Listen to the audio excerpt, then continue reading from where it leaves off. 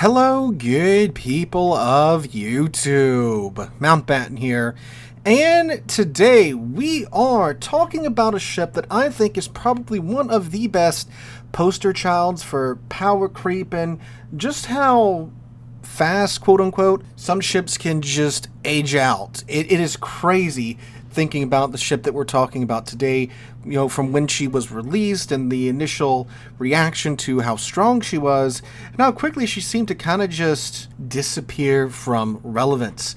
And that ship is none other than the Tier 10 Techline Soviet battleship, the Kremlin, who we're going to take a look at her in 2025 and talk about how she's doing. As you might have been able to tell from the title of this video and that little intro bit there, the answer is not all that well. So a little bit of history with the Kremlin. She was introduced back in update, what was it, 8.5, 8.4, which was back in 2019. I think that was one of the summer updates for 2019. Of course, as you might be able to tell from that number, shortly after the CV rework. And my god, when this thing was released, the player base lost its friggin' mind. Granted, when Kremlin was released, she was a little goofy. This is a Soviet battleship with Soviet shells, and you get all the Soviet goodness there, the excellent ballistics and such from those guns. And they're not any Soviet shells; they are 457 millimeter, 18-inch, 30 millimeter overmatching shells. Yeah, that's a lot for the player base to swallow at one go. Now, when she came out, this ship was absurd. She's got a fantastic armor profile from the front, or angled in from the front. This thing can tank for days, especially when it comes to AP. And on top of having great armor when you're angled in from the front, you've got a new gimmick with the dispersion of these guns, where when you are closer to the target, the better chance you have of getting good dispersion. We'll talk about that here in a second, but as advertised, they were supposed to have, not just the Kremlin, but all the Soviet battleships were supposed to have better dispersion from close range, basically, with the dispersion parameters that the Soviet battleships were given. And again, when you give that capability with that level of tankiness to a Soviet battleship armed with 457 millimeter 18-inch guns, that's pretty strong. Now, on top of that, too, the Soviet battleships got a new quick damage con, where the damage con runs for a very short time, but has a very quick cooldown time, which is, of course, the Achilles heel for many a battleship and well-armored ships in this game, is the fact that, their damage con, it's great for putting out fires, but, you have to wait for it to cool down. And, of course, while your damage con is cooling down, more fires can be set, so you'll be burning with your damage con on cooldown, so that kind of sucks, right? But with the Soviet battleships, you get that quick cooldown on your damage con, and plus the armor is, really good for, well, just showing a giant middle finger to most HE shells, as Kremlin's mid-deck is quite thick. Now, of course, the bow and stern, that's still 32, and it can be pinned by a lot of HE shells at tier 10, but of course you have to hit the bow and the stern, and even if you are trying to nibble through its bow and stern deck armor, you've got a lot of HP to go through, because the Kremlin is a very healthy ship, as you can see down there. With the flag nowadays, you have 113,000 HP, which is a lot. Now, on top of that, too, when the Kremlin was released, her A was also, really friggin' good for some reason. Really, really good. Which is why it was one of the first things to get nerfed, although they didn't nerf the damage. They just nerfed the HP of the mounts. They cut off half of their health for some reason, instead of, adjusting the damage or something. It was like, okay, pretty odd decision there, wargaming, but go off. Now, this meant that the Kremlin back in 2019 was very good at doing what most Soviet large ships at the time, and still today, are pretty good at in the right situation, which is go to an island, you sit angled on it, hiding your side, and you just use your forward 2 turrets to just make everyone's day miserable with your Soviet bias shells. And that's exactly what the Kremlin is excellent at doing.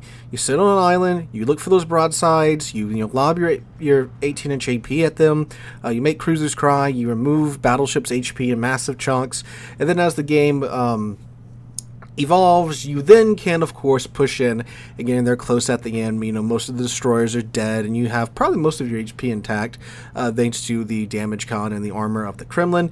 You then move in there and just kind of bully everything out of existence. And that's, well, what the Kremlin was really good at doing back in the day. Now, over the years, she did get nerfed. It took them, what was it, like 5 or 6 months to nerf the AP shells. They shaved 1,000 damage off of the AP shells. And the HE shells also lost a little bit of their fire chance. But who the hell uses the HE shells on the Kremlin? Right, and then of course, like I mentioned, they did nerf the HP of the AA mounts. Then a little while later, they finally got around to nerfing the guns, because she had a Sigma of 1.9, which was a little wild, and they nerfed it down to, I think they knocked it down to 1.85, then down to 1.8. But still, after that, it was very, very good. It's still a very good ship, even after those nerfs. But then, of course, time did its thing and moved. And as time went on, the Kremlin became increasingly less and less and less relevant. And in today's World of Warships, oh my god, trying to play Kremlin today is it's such a coin flip in my experience, because the match watching in the background is actually a really good game. It's a really, really nice game. You might notice the absence of a few things in this match. There's no CVs, no submarines. On the enemy team, there are no Dutch ships with their airstrikes. And there's a hybrid ship, though, but he doesn't really do too much. It's the Aki, so it's a test ship, right? So don't really know too much about it at the moment. Don't know what version of it they're testing, right? But there's not a lot of, the more modern, more relevant, shall we say, ships on either side. I think we have a Golden Loon, that's it. So because of that, guess what Kremlin can do? Kremlin things. As you saw, went to an island, parked on it, hid my side, because believe it or not, the Kremlin's actually really easy to citadel from closer range. Now, yes, you gotta get close to it, but it has a massive citadel that once you're inside 13, 12-ish kilometers, most battleships, most things with, spicy AP, large cruisers, right? I'm not saying, like the Worcester can citadel it, but, larger cruisers can citadel the Kremlin side if they get close enough, right? Again, like most other large Soviet ships like the Stalingrad and the Moskva, same thing there. So, I do that for a bit, let the game, evolve, and, toward the end of the match, I was able to push up. Most of the destroyers are sunk, and eventually all of them get sunk. Now we could go party and do Kremlin things like it's 2020, and got a good game out of it. But think about, everything that had to go right for this game to be a good Kremlin game.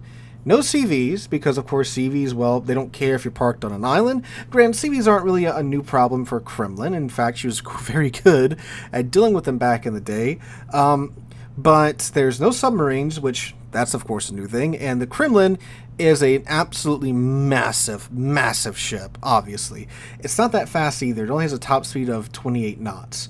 So, when you're doing Kremlin things and, playing it like it's best played, of course, submarines love to see that because they don't have to, hit you with the homing torpedoes. They can just throw their dummy-guided torpedoes at you and nuke you off the island. And, of course, too, the lack of any, Dutch ships. There's no Golden Loon. There's no Utrecht just crapping out planes every, 40 seconds. There's no Trump either. So thanks to the lack of those more, again, relevant, quote-unquote, ships not being in this match, or at least the one that was in this match was on my side, I'm able to do Kremlin things, which is such a rare thing nowadays. I mean, think about the amount of games where you don't have any of those ships in a match, at least, one of them, right? And of course, naturally, they're going to see a Kremlin. They know how Kremlin's played, right? It's one of their favorite targets, because, yeah, sure, Kremlin's deck armor is nice and thick, but, you can still farm the superstructure, you can still set fires on the ship, and with the limited damage cons that you do have with the Kremlin, sure, yeah, the quick damage cons, they're up pretty fast, but, once they're out,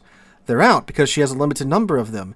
And again, like, think about the Utrecht, how, you know, if you, with a build, you still have a sub 60-second reload on those airstrikes, so that sucks. And of course, with submarines, that's even more terrible for the Kremlin and the Soviet battleships, because of course the only way to clear those homing pings is with damage con.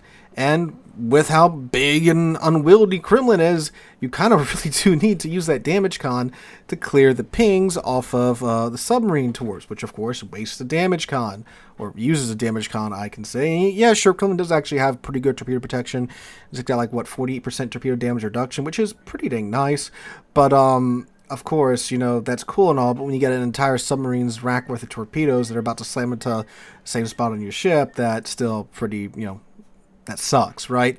So you have all that going against Kremlin in today's World of Warships, and not to mention the fact that the last thing that went well for me this match is that I had a team that, you know, actually knew what was up. Sure, we were a little passive at the start, but, you know, as you guys saw, it was a pretty even, well, as you should be seeing, I should say, pretty even game back and forth with how the match played out. You know, the team just didn't go in there and die. No side was down by, I think, more than 1 or 2 ships compared to the other side during this entire match. So that went well too. And that toward the end too, I had a team that was willing to push up as well, which, you know, is why the match went as good as it did. So all that had to go right to, you know, basically have a random battles match where Kremlin could do Kremlin things and be, you know, fairly relevant in 2025. These matches are few and far between. Now, with the dispersion gimmick that the Kremlin does have, which, as I've mentioned here multiple times on the channel, doesn't really feel like it works half the time, right? I've talked about that a lot, how, like, you'll get within 10 kilometers of somebody, and for some reason the shells will still, you know, half of them are still going in the water instead of into the battleship's broadside. Like, 12 kilometers, too, which is supposed to be, you know, where the dispersion starts to get really good. Yeah, not really in the Kremlin, from my experience. You know, every now and then, from around 12 kilometers, I might get some good dispersion, but it really seems like I got to be like 8 kilometers away from some ships at some time to get some really, really good dispersion, which, you know, is what you're supposed to get with the thing at, like, you know, 10 kilometers in, which 12 kilometers in at tier 10 nowadays is just downright, you know, that's boarding distance by tier 10 standards in today's World of Warships. So, yeah, so you can see why this ship is probably one of the least well-suited ships for today's meta. I mean, the dispersion literally depends upon how close you are to the target. So if you actually have to, you know, take shots at longer range, which, don't get me wrong, sometimes things do happen, and at longer ranges the shots do actually connect, which is pretty funny. But yeah, I mean, like, the ship also doesn't have any type of utility on it. Like, it's got a heal, it's got the damage con, that's it. There's no spotter, there's no hydro, there's no radar. They did actually have radar back in the day if you, you know, want to unlock that core memory. They were supposed to have, like, long-range radar that could only detect battleships and carriers, but that got tossed out of the window. So outside of, like, you know, brawls or ranked, or if you're building a comp around it in clan battles, there's unfortunately just not a whole lot of reason to really play the Kremlin in today's World of Warships. And I definitely wouldn't recommend going up the line right away. I mean, eventually I would get to it, because again, like brawls, and if you have a clan that needs something really tanky for clan battles, it is still a really tanky ship in, you know, small format modes, but, like, good God, you know, dealing with Dutch cruisers, submarines, CVs, and all the nonsense we have in today's World of Warships at higher tier, let alone, you know, ships like the Libertad with their funny button secondaries, the Valparaiso, and, you know, ironically its own clone, the Sabir. It's just not doing that well in today's World of Warships. And you can put Kuznetsov on here, and he does help out a little bit because you get that additional heal and that damage con. But I mean, like, dang, this ship definitely needs some love, in my opinion. You know, if anything, just restoring its AA really to deal with all the planes it has to deal with in today's World of Warships. I mean, my God, you know, all the airstrikes, CVs, hybrids. It definitely needs that back, in my opinion. They did, you know, actually get around to nerfing the damage that the AA did too, on top of, you know, removing half of the mount's HP. But yeah, guys, that's my 2 cents on the Kremlin in today's World of Warships. You know what you guys think about her in the comments down below. What are your experiences been like with her in 2025? Do you even take her out anymore? Let me know all that and more down below. Hope you guys have a wonderful Tuesday, wonderful rest of your week. Hope to catch you guys in the next one.